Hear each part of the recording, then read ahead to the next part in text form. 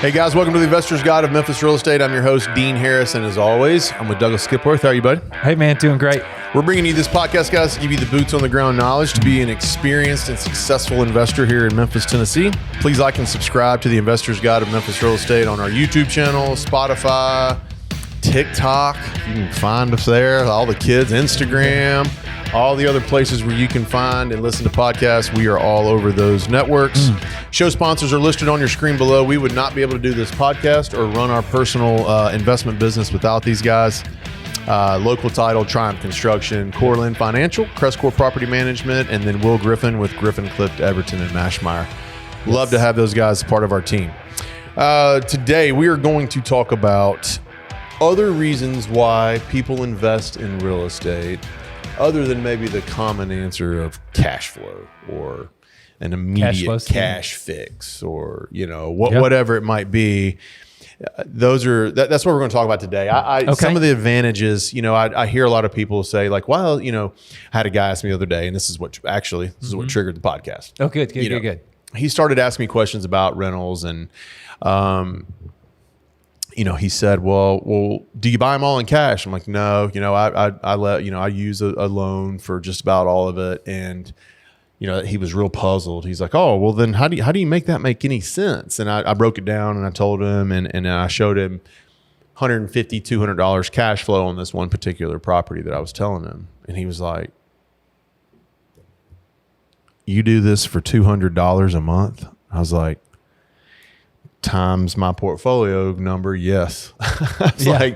Yes. And he couldn't believe that for $200. And I stopped and I go, well, it was a friend. So I was like, hey, it's not just the $200. Okay. It's the podcast we're about to give you. There you go. Okay. That's a great. So one of the first things that I thought about and I talked about when I was explaining this to him, the very first thing I said, because it's so relevant right now, is it's a hedge on inflation. And he knew exactly what I meant at that point, because when everything's rising and we're in the rising market, right? We're in that tide that's rising. We're not on the sidelines watching, and we are in that market. People are paying more rent. I'm charged more for everything as an owner, right? So unfortunately, it just keeps going down. So hedging inflation is one of the first things that I talked about. That's great. No, I think you're right, because you think about it is like when costs around you rise and your income doesn't rise, that's when inflation is really bad. Yeah.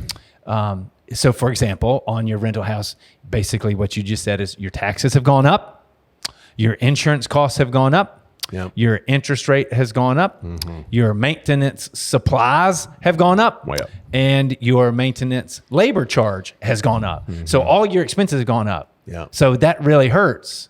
Yes.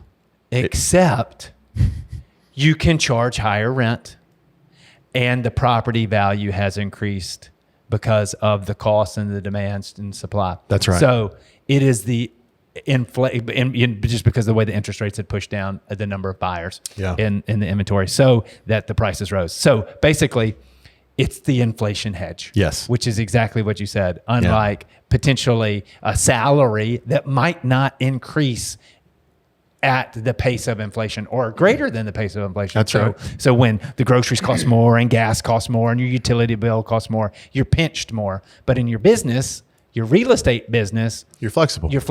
You're increasing over time. Not as much fixed in your business as it is in your personal. I mean, your salary, you might get you a little 3% raise maybe, but in tough times, maybe not. Right.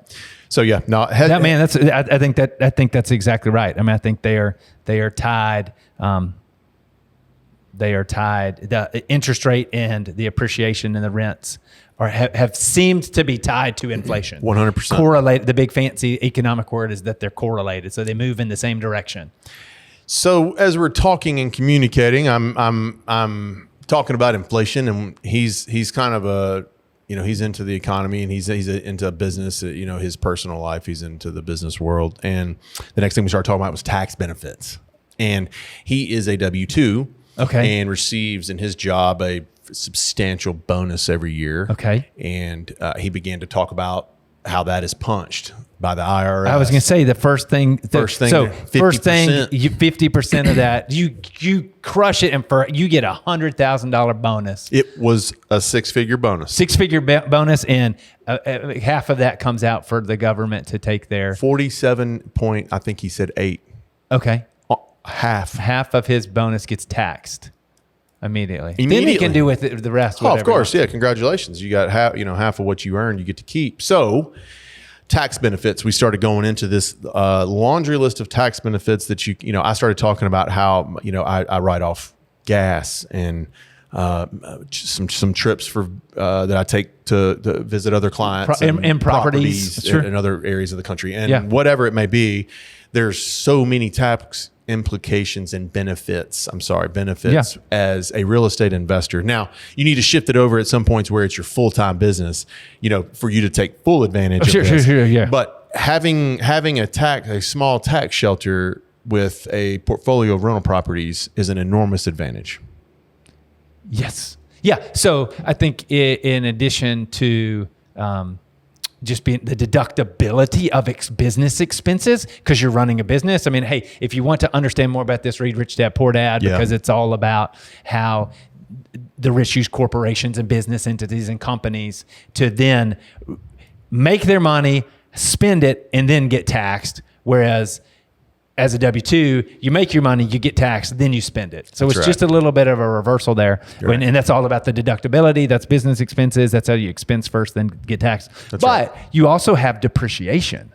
That's a non-cash. Here's another accounting word: the non-cash charge of depreciation. Yeah. It's only for income tax purposes at the federal level, so that you get the benefit of owning real estate because you depreciate it. You don't get that on your personal residence, but you get that on your investment property. That's right. So that's another. Not to mention, if you were to sell the house and sell the property, the investment, the real estate, and roll it into another through what people call the 1031 exchange. So you'll see that 1031 exchange. You always are working with investors who are like, hey, I'm about to sell a bunch of property and I need some tax benefit of rolling it over through a 1031 exchange into some more property, which will avoid taxes. His question to me was, well, what do you do if you flip a house and you make $100,000? You still pay the same amount?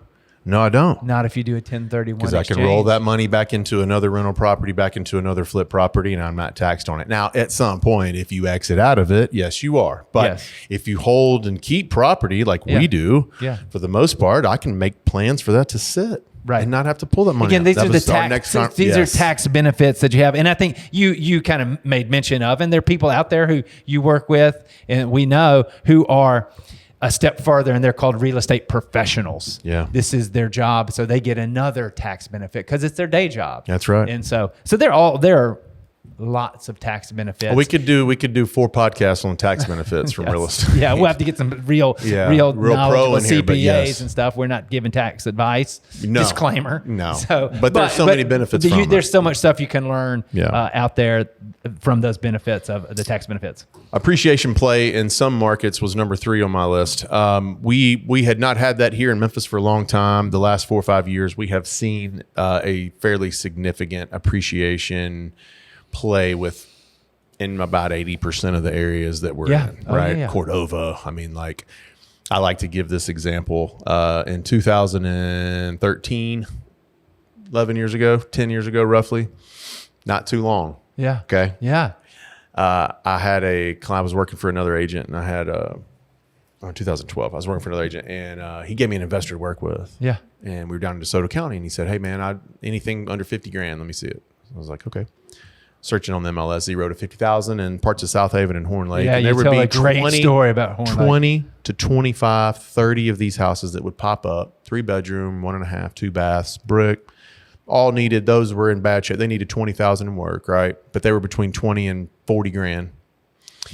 And I would just pick some out and send them to this guy, and he'd pick up a couple of them or whatever. And you'd be all in for around 50 to 60 grand. It'd rent for $850 and brick home, 3-bed. I mean, solid property. Okay, this was in 2012. I have a client now. We are liquidating. He's trying to get out of a few to get into another project. We are liquidating some properties in Horn Lake, Twin Twin Lakes and DeSoto Village, the same places where I was just talking about. Yeah. 3 2s, 1,500 square feet, carport, maybe. Yeah. Some without, 140 grand, renting for 1,400. Yeah. So that's in a very short 10-year period, and that's just down the street. Yeah. I don't know that those houses will be worth 280 and 300 in 10 years. Yeah. But we are going to see some appreciation. There are other areas of town where we are going to continue to see that appreciation model in Memphis, along with the great cash flow. Yeah. And we've talked about those areas, Arlington, closer out to Blue Oval, closer out to some of the stuff that's happening out there. I mean, you've seen it in some parts of DeSoto County.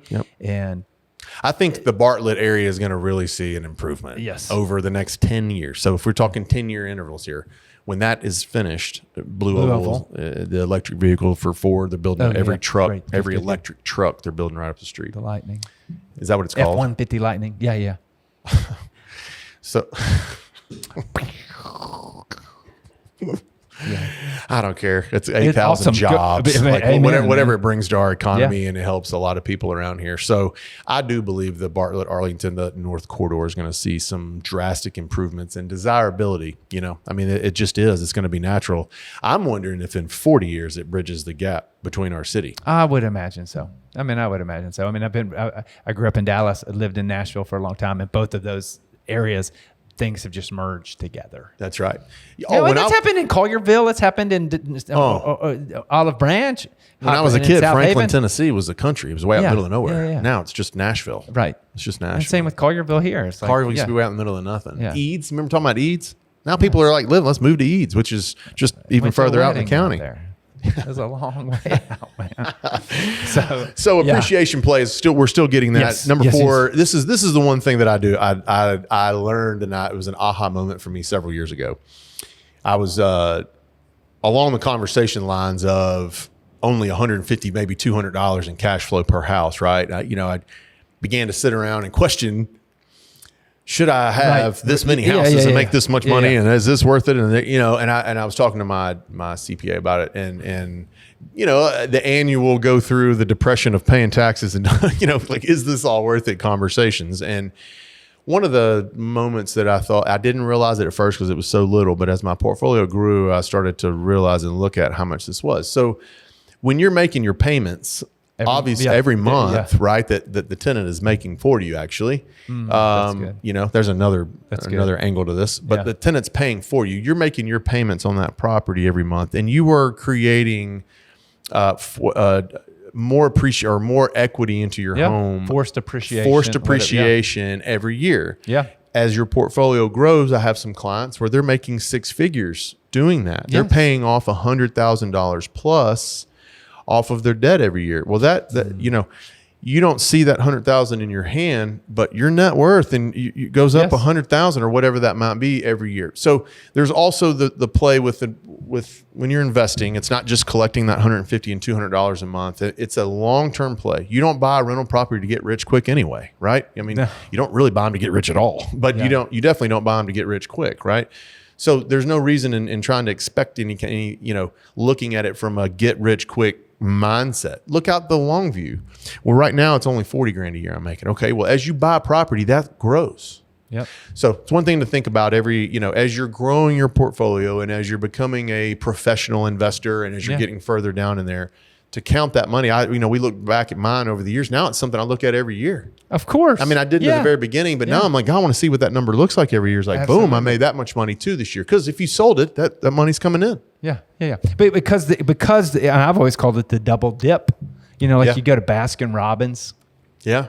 And you get that first scoop, and you're like, make it a double scoop, man. And you put it in, so it's like 2 big old scoops sitting on top of each other. That's what this is. Yeah. Because you get the appreciation, like the property is increasing in value and your debt is going down. Yes. So it's like it's widening every time. So you got those 2 big old scoops of chocolate and whatever else you want. Chocolate, peanut butter, and chocolate chip mint chocolate. So anyway, yes. So to your point, when you're paying that down every month, you're paying interest, but you're paying principal. Yeah. And the way it works is you pay a lot of interest up front, But every month it gets more principal. Every month it's more principal. So you start with a smaller amount depending on your amortization schedule, and then it just gets bigger and bigger and bigger. And the more houses you add to it, it gets even bigger and bigger from those. I mean, it's awesome. It is awesome. It's one of the things and benefits that when I went into real estate, I didn't plan on or think about. Yeah, I just wasn't smart enough when I first started buying them to think to myself, well, man, I can make $100,000 a year without,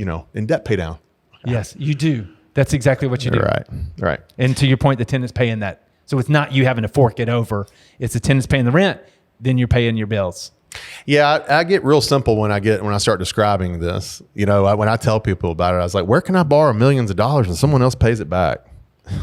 There's a lot of between there, but like when you get real simple about it, it's like where in life can you borrow millions of dollars and have someone else pay it back for you? There's nothing. Amen. That's awesome. Retirement for 1099 workers was the last thing I had. This is an advantage that it's one of the reasons why I like telling the story, because some people say, how in the world did you ever end up in this situation where you have these rentals and all this other stuff? And I go back to when I first started in real estate. Yeah. I wouldn't, I think I've said this, I meant it, but I've said this joke, but I was making 150, 160 grand a year and I was spending 149 of it. Right. Yeah. So after a few years of being ignorant and not understanding life, I was 22. So I started to look at that and say, I don't have what's coming next. And I'm not going to sit here and act like I had some kind of, epiphany in the model home one day. Someone talked to me about it and was like, I'll never heard Sandy Maloney. So I'll never forget. Shout out to Sandy. Rest in peace, Sandy. She passed years ago of cancer, but no, she's great. She was an awesome mentor, had been in it 20 years. And was the first sales manager at Cry Like Realtors. Okay. So if you don't know our market, it's our biggest real estate company here. Loaned money to Harold Cry to keep the business going. Wow. Funny story. That's so awesome. when she was in the model selling, I knew I must be in the right spot because this lady's been in this 20 years. So anyway, she gave me the advice too. You need to plan ahead. She's like, there's no retirement in this. There's no nothing. She's like, don't be me. And she was 66 at the time, I think, 64. It would become a great friend of mine. Yeah. And I was 20. We went to lunch a lot. I loved her. But the one thing she said was, don't be me. She's like, I'd love to be done working right now. She's like, I don't particularly want to sit out here in this model 5-6 days a week. She's like, but I'm not I didn't plan ahead. She's like, we don't have retirements and 401ks like your family and somebody else you might know. It's like, you're brand new. You've been in real estate for 2 months. She was telling me this stuff early. Didn't register early. But as we went along and as I started talking, I was like, okay, I need to change something. I didn't know what that was. Yeah. Even then, I wasn't thinking rental properties. I was thinking another side gig or business or whatever. Yeah. And then getting to know you and getting to start talking and communicating and starting to realize, like, wait a minute, like this is something that can happen. And then we started to work together. It just kind of unfolded. But, retirement, that's a definition that is so broad. For sure. Financial freedom, building, whatever it may be. I don't know that I'll ever just traditionally retire where I just turn in the old hat one day and I go fish. That's just not me. So I think what she instilled with me was to plan for the future, think about more than just the current state of mind, what we're doing right this second. Yeah. And it just made me start to think. So for you guys and gals out there that are working, you're a plumber, electrician, a fireman, or whatever it might be, that's a 1099, that you don't have a retirement plan. This is phenomenal. You don't have to have 100, you might have 5, right? That might be your retirement plan. It's just some extra cash. So don't feel like, hey, Dean, with your retirement, you own X amount of houses. Like, you don't have to be me or Douglas, or you don't have to be anybody. If you need X amount of dollars for retirement, then maybe we back into that goal that way. But my last point there was retirement. That's good. I hadn't thought about it. I'm gonna over vocabularize it and say long-term supplemental income. Yeah, that's what you're doing. Like, how can I get some more income in the future? Don't necessarily need it today, but someday I'm gonna need more income because I work with my hands and my back and my feet, and they are not going to last as long as my mind and the rest of my body. So I need something income to support me. And rental houses are awesome. Real estate is a great way to do that. Yeah. Not to mention rewinding the tape back to the tenant's going to pay for it. You're going to get tax benefits. Musicians. Yeah. Oh, there's a lot. I mean, in the gig economy, there are lots of people. There you go. That's it. In the gig economy, the gig economy, or the solopreneurs, or anybody. Yeah. I mean, this is a really big thing. There's a FIRE movement. I know we got people who listen to it who know this. That financial independence, retire early, and it's all about how are you going to get those streams of income, and this is another way to do that. This is one of them. Yeah. It's great. I think to summarize it, Dean, and we've said it before, and Alex done a great job of putting it up there. It's that real estate is ideal. It's got income, which is everybody knows that's the cash flow. That was kind of where you're going from. Yep. So it's got income, but then it's got depreciation, it's got equity growth, it's got appreciation, and it's got leverage. We didn't really talk much about leverage in it, but we do. You did say that where else is somebody going to be? You're going to borrow. You're going to borrow the money, and somebody else is going to pay it back. Yeah, I get real simple. I mean, there's we named a bunch of stuff that goes into there, but I don't know any other business and any other where, necessarily you can just borrow money and have somebody just directly pay it back. Not to mention when you try and go borrow money against something that's not, especially these days when everything's intellectual property as opposed to physical asset, like borrowing against intellectual property or accounts receivable, or inventory, you can't borrow real estate is the easiest thing to borrow against. Real property. So it's leverageable. So it's ideal. Income, depreciation, equity growth, appreciation, and leverage. So Alec will put that up. It's cool. That acronym up and put those there. I appreciate your time today. These are I thought was relevant because of my conversation with my buddy, but I thought, awesome explaining other reasons why you get into this other than strictly just this month's cash flow, what I earned from this rental property, this $200. Because if you minimize this to that $150, $200, then I can see why you'd never get into it, right? I can see that. But if you look at it, if you look at the whole painting instead of just the corner of it, let's look at the whole thing, then I think you'll realize that, hey, with some education and strategy and planning, you can really make something of this, no matter if you want to be the most massive real estate investor on the planet, or if you just want to supplement $4,000 a month in income for retirement. Who doesn't want to do that? Let's talk about how you can do it. Great. Yeah. Appreciate you today, man. Dean at CrestCore.com. If you guys have any other questions, just shoot me an email. We'll see you next week. Yeah.